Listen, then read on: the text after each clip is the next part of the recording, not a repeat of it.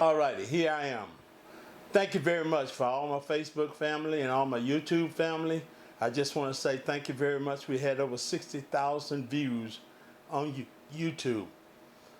First of all, I'd like to say thank you so much for all the likes and the shares that you did with me on my 25-year anniversary of Drug Free.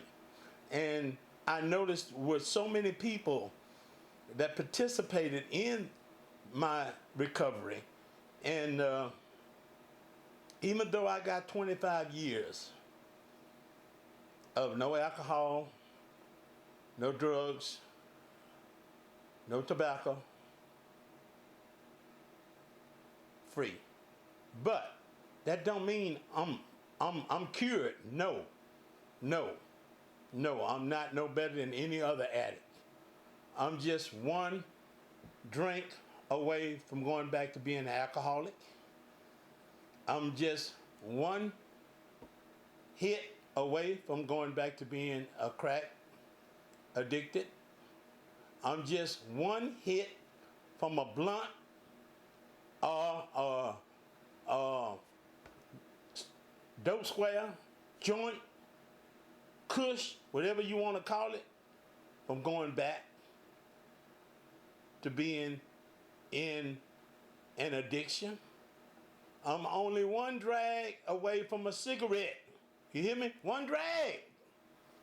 And my addiction can kick back in again. And after 25 years, I do not want to lose it. Now, we know the problems. Let's go into the solution, Boo Lee. Okay, the solution to me is, first of all, the hardest part of getting into recovery. And that's what it is, recovery. I'm just 25 years in recovery now. I ain't 25 years saying that I'm not going to do it no more.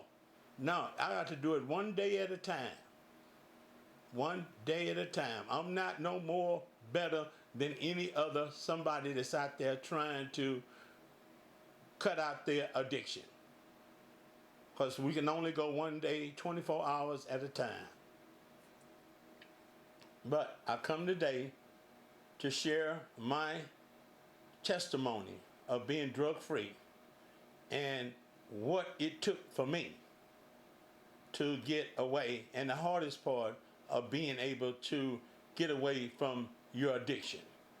Whatever it is, gambling, drugs, alcohol, marijuana, cigarettes, whatever cause you to lose control of your finance and cause you to get into an addiction mood is an addiction.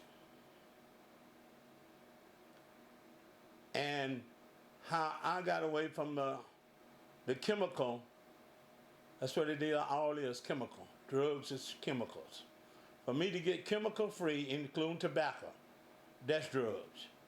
For me to be completely free from chemical addiction, first of all, I had to make a commitment. The first step, that I know I am addicted. I know I got a problem. Admit that to myself and God.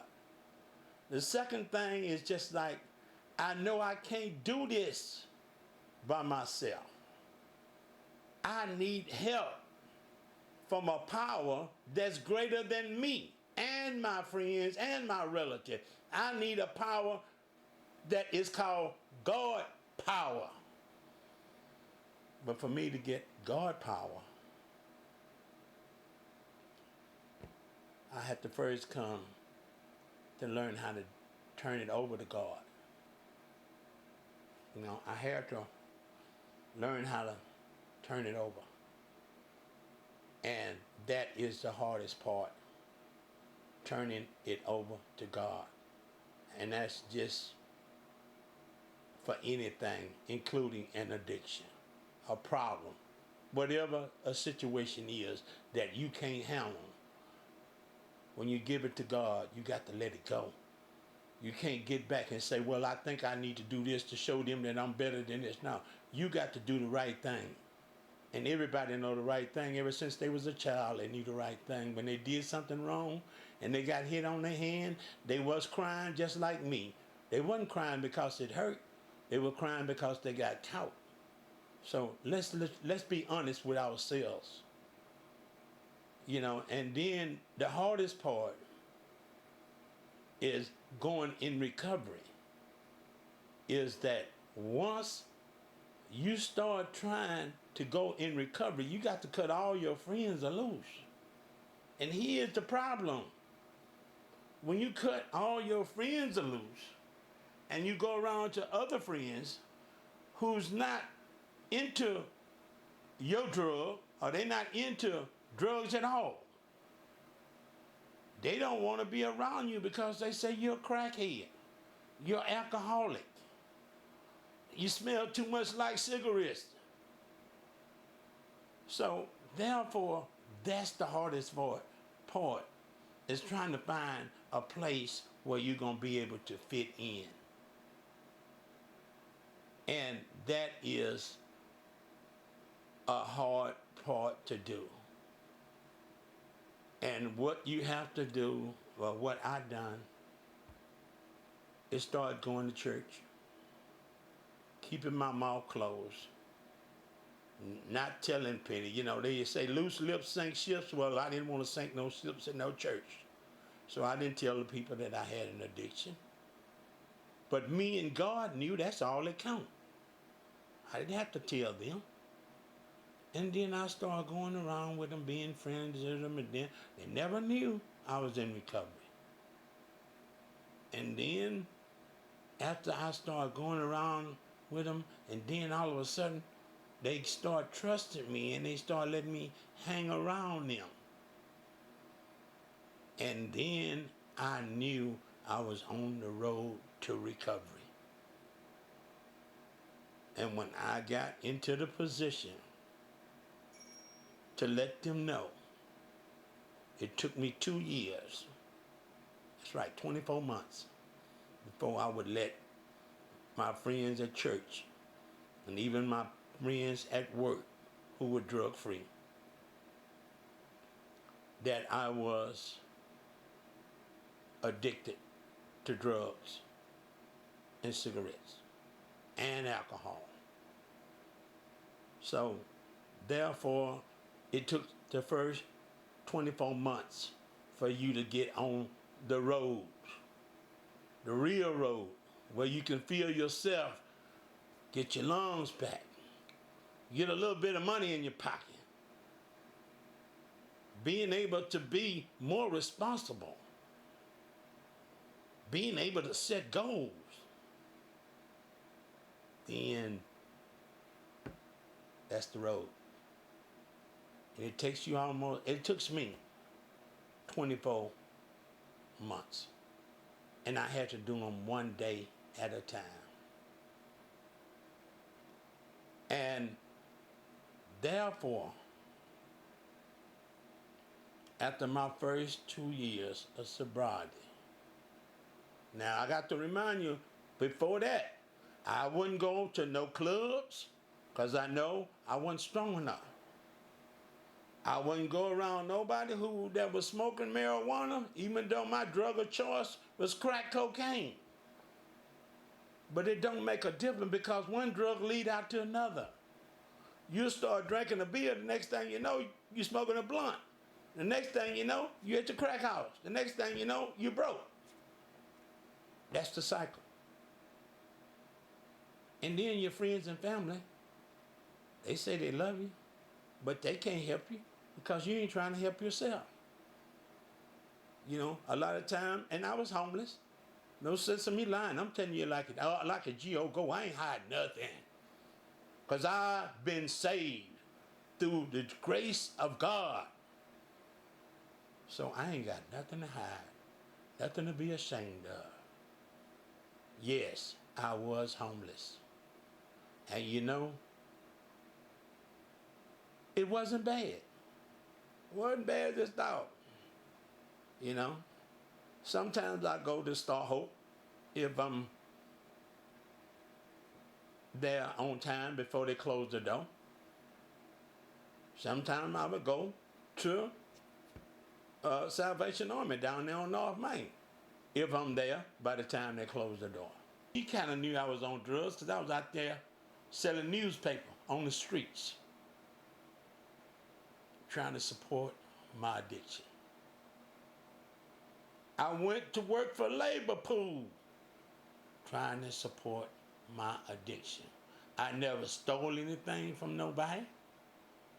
I never beat anybody out of anything. And maybe that's why I'm saved through the grace of God, because I done the right thing. You know, people say it ain't what you do, it's how you do it. And how you do it is do the right thing. And even though I was out there being homeless, and all the guys, you know, if you're homeless, man, you know, you got your little spot on the slab. That's what they call the concrete, the slab back in the days, in the 80s. And you went to sleep. Everybody was like a neighborhood. Everybody knew everybody. You know, at a certain time, 8 o'clock, 9 o'clock, everybody in the bed. They got their cardboard on the thing, and that's their house. And no matter what Booley go, he's always going to have humor and a smile on his face regardless. Even when I was what they might say, addicted. I'm not going to say no crackhead. No, I'm not going to put it like that. Addicted to chemicals. I'm not going to even say crack, because it could have been alcohol that led me into my drug of choice. But I will say this. I did not get upset with myself being homeless, because every night we hoorah'd till we went to bed at night. One quick joke is a guy told me, and that's how they all knew me out on the slab. That was downtown. Is that a guy came and woke me up, telling me I'd get out of his house. See, that's what that little space that they sleep in is their house. Get out of their house, you know. And drug addicts and alcoholics can't really get along good at all, because alcoholics sometimes think they're better than drug addicts. So he told me to get out of his house. It's about 2:30, 3 o'clock in the morning. Everybody else asleep. And I told him, I said, man, this ain't your house. If this is your house, where in the hell is your goddamn mailbox? Every house got a mailbox. Boy, and everybody on the slab just woke up and they just boo-hooed laughing. See, I'm going to make a bad situation into a good situation. It gets better. And then after 5 years, you can start going to the clubs. If it's a birthday party or something that requires you to be there. But this is the catch. When you go to them clubs, you got to hold on to your drink. Me, myself, I drink fruit cocktails. Sometimes I might drink Coke. But when I do, I watch my drink. I don't not let nobody touch that drink, because I don't know what they might switch around. I might pick up somebody else's drink. And like I say, I'm only one sip away from going back into my addiction. So when I went to clubs, or even right now, if I have to go to a function where alcohol is being served, I'm very careful on drinking my juice and my soda. That's why a lot of times I won't get a Coke, because it can get confused with some mixed drink. That's why most of the time I get a cocktail, what they call a fruit cocktail, which I know is my drink. But I'm still holding on to it, and I'm watching it close. I don't care what goes on.